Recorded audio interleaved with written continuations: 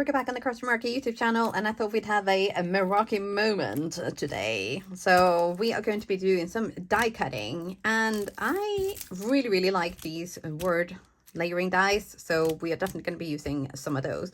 But then, because the theme is die cutting this week, I thought I'd revisit one of my favorite techniques, which is to use strips of colored cardstock to make a background. So I have actually die cut with a so this is from Pinkfresh Studios. Oh, hang on a minute, we're getting lots of glares. So this is a Essential Slim Cut standalone slim stripes from Pinkfresh Studios, and it's got 3 different sizes in here, which I really like, so you get like a lot of options in one pack. And I've gone for quite a pastel color scheme here. I normally am all about like the crazy colors, but I thought we'd kind of ease into summer with a bit of a pastel look. And so what we're going to do first, we're going to make a couple of backgrounds, and then we're going to die cut some sentiments and add.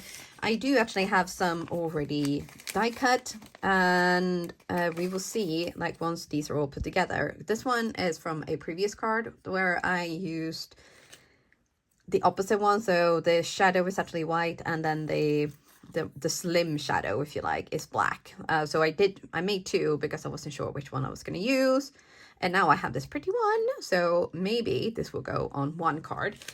And then I also have a hello cut out of wild berry cardstock. This is a Concord and 9th. I also have a hot foiled hello, so this could look really nice, like layered up. We will see, but with it being like a colored background, maybe we'll just do like a layer up with the white one. So we have options here. And then I do actually have the whole kind of, the shadow part here as well. So there is that, and then there is lots of letters, so we can actually build up the hello, like maybe on top of this one. We will see. So as per usual, I have a bit of a plan, and it is probably not going to end up anything like I think it's going to be, but it will be fun, it will be interesting. So strap yourself in, get yourself a drink and a snack maybe, and let's do this. So first off, we're going to make some space, and we're going to line up our card strips in order that I was pretty sure I was going to use them in. And then we're going to directly onto card bases. We're going to use some tape runner and add these card strips. Now I think I angled it just a little bit too steeply, so yeah, there's a little bit too much white space there at the bottom, but I didn't realize or kind of looked at that before I started adding my card strips, and by then it was too late. I'd already kind of, they were already stuck down, so we're going to make the most of this. So yes, if you want more of a uniform look on your card bases when you do this, you might want to like just kind of measure out and gauge your angle of your strips. But I decided to use that hot foiled hello on this one to kind of bridge the gap between that white space and the background, basically. So on my second one here, I decided, you know what, we're gonna go straight this time, not at a horizontal line. But I did it again. I didn't measure the space at the bottom and the top.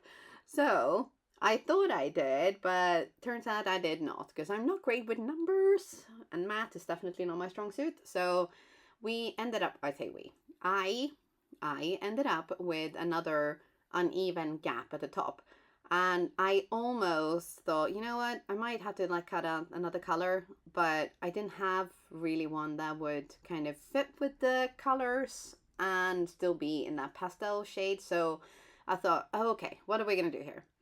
So I thought maybe this one will work. And as I was sort of moving it around, and I thought, you know what, that kind of works. It sits really nicely on the top there. So I thought, you know what, we're going to stop overthinking this. We're just going to glue it down, and we are going to be done with this. Yes. So to stop myself from overthinking it too much, I just added that glue and I stuck this down, and I did the same with this one, because I saw how well it worked on the well, the second one, but the first one that I glued down. So I decided, you know what, we are going to just add this hello. And I did try with that wildberry shadow bit behind, but that did not look good. So I decided to go for the white one. We're going to lay this up just to give it a little bit of height. And if I'd had a second one, I would have cut out the bottom part so that it would be kind of flush with the whole card, really. But I didn't, and I didn't want to cut out another one because I'm trying to use the pieces that I already have die cut out. So I decided to just glue this down, and I'm using liquid glue on this one so that I can kind of push down the lower part, because I didn't want it to stick up and be like kind of not flapping about. It's not going to be flapping, but I wanted it to sort of be glued down. So we're gonna put this under our work mat to make sure that it really stays down. And then I thought, well, I have all of these pieces, so maybe I just make another one, because I cannot control myself and I can't be stopped, it seems like, when I'm on a roll. So I decided to make a third. Now, I actually took out one of the colors, the sort of soft lilac-y color, and this time I did think about the angle of my card strips, but I must admit that I maybe didn't kind of go with the right color order here, but at this point I was committed. Things were going down, so I was like, okay, you know what, we're doing this now. And so I did go back in and add that lilac one because it kind of needed it right there at the top. So this one worked a lot better than the first one with the ones on the angle. And this one is slightly smaller than a card base, so it will be kind of not popped up much, but a little bit, and just give that kind of nice little extra detail. So I decided we're going to do that. We're going to pop this down. And now we are going to find ourselves a sentiment here. So I had all those extra little pieces, and I thought, you know what, we're going to use those. And we're going to use this big white shadow piece as well. So to give it a little bit of extra funness, that's definitely a word, we are going to layer up 3 of these letters to give that hello a little bit of a oomph. But it was looking a little bit bland, so I thought, what can we do to spice this up? And gold cardstock is almost always the answer. Yes. So I'm going to cut out the middle piece of this, and we're going to glue that down onto our shadow piece, and then we're going to layer the white letters on top to kind of just give that little bit of extra gold and glamour. So that is what we're doing now. And then again, we're going to be using liquid glue, and this one just gave up on me, so we're going to bring out a brand new bottle. We're going to add that down. Now, something that I did notice is that gold cardstock is very slippy, so you are definitely going to want to be very careful when you add your lettuce onto it, because I did have to kind of move them back into place because they were just slipping and sliding all over the place. So just bear that in mind if you're using any type of like mirrored cardstock, that they can very easily move. So before all that glue sets, just do make sure that everything is lined up straight so that you don't end up with like a wonky sentiment, because you know it's going to annoy you. So let's just do that like properly, right? Yes. So when it comes to layering up letters like this, it is a very good idea to have a pair of tweezers on hand, or if you have 2, that could actually be really good too.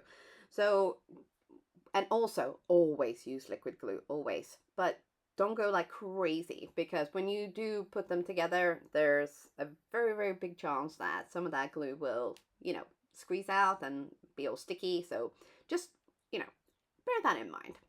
So when you're adding these to your actual word die there, just, again, I probably should have thought about this, but it would have not been as bad idea to put the glue on and then just let it cure a little bit until it's like tacky rather than wet. I think that might have made a big difference, because you will see me kind of go back in and forth and putting them into place, because I just kept moving them and they were just slip sliding all over the place. So I think that would have helped. But now, with everything dry and ready, it's time to go to Bling Town. Yes. So we're going to use the absolutely gorgeous and fantastic magical iris. I love these ones. So They are clear with like an iridescent yumminess to them. And because they're clear, they work with everything. I tell you, everything. I will not be proven wrong on this one. No. Magical Iris for the win. They will work on any color project, any style, and that. So definitely this is one to have in your arsenal. So here I am using the Bling Buddy. I am adding a fair amount. I mean, normal-ish for me. Yes, I will say. But definitely a good amount, I would say. So we're going to pick these up, add a tiny, tiny drop of glue, and then we're going to just pop them down. Easy peasy, lemon squeezy. And then we are going to move on to our third card, second and third card. We're actually going to use the Magical Iris on every single card here. And on this one, I thought, I'm going to try something I have never done this before. But I had an idea and I thought, you know what? No time like the present. We're going to give this a try. So because there are so many different sizes in these pots, I actually had enough sizes to use different sizes on, well, I say different, but one big one and then, you know, smaller as we're going outwards. I think it worked. I would like to hear what you think. And on this one, we are going to properly go to Bling Bling Town because, I mean, okay, I don't really need a reason. I say this in a lot of videos, I don't really need a reason. I just love the bling bling. So we're gonna go cray with the bling bling. And yeah, I definitely like this. So this is my favorite out of the three. I try to kind of be like unbiased and just kind of go back and forth and be like, okay, so this is nice on this one, this is good on that. But I do keep coming back to this one. This is my favorite, and it just worked really well with that gold in the background. And then this one worked out really well. I'm so glad I kept that one, and I think this, like adding the bling on the kind of vertical, worked out really well. And hot foiling, I mean, who doesn't like hot foiling? It just looks so nice, so elegant, and a little bit of bling on that, and it's just, yeah, very nice. But that is it from me for today. I really hope you've enjoyed this video, and I will see you soon again. Bye for now.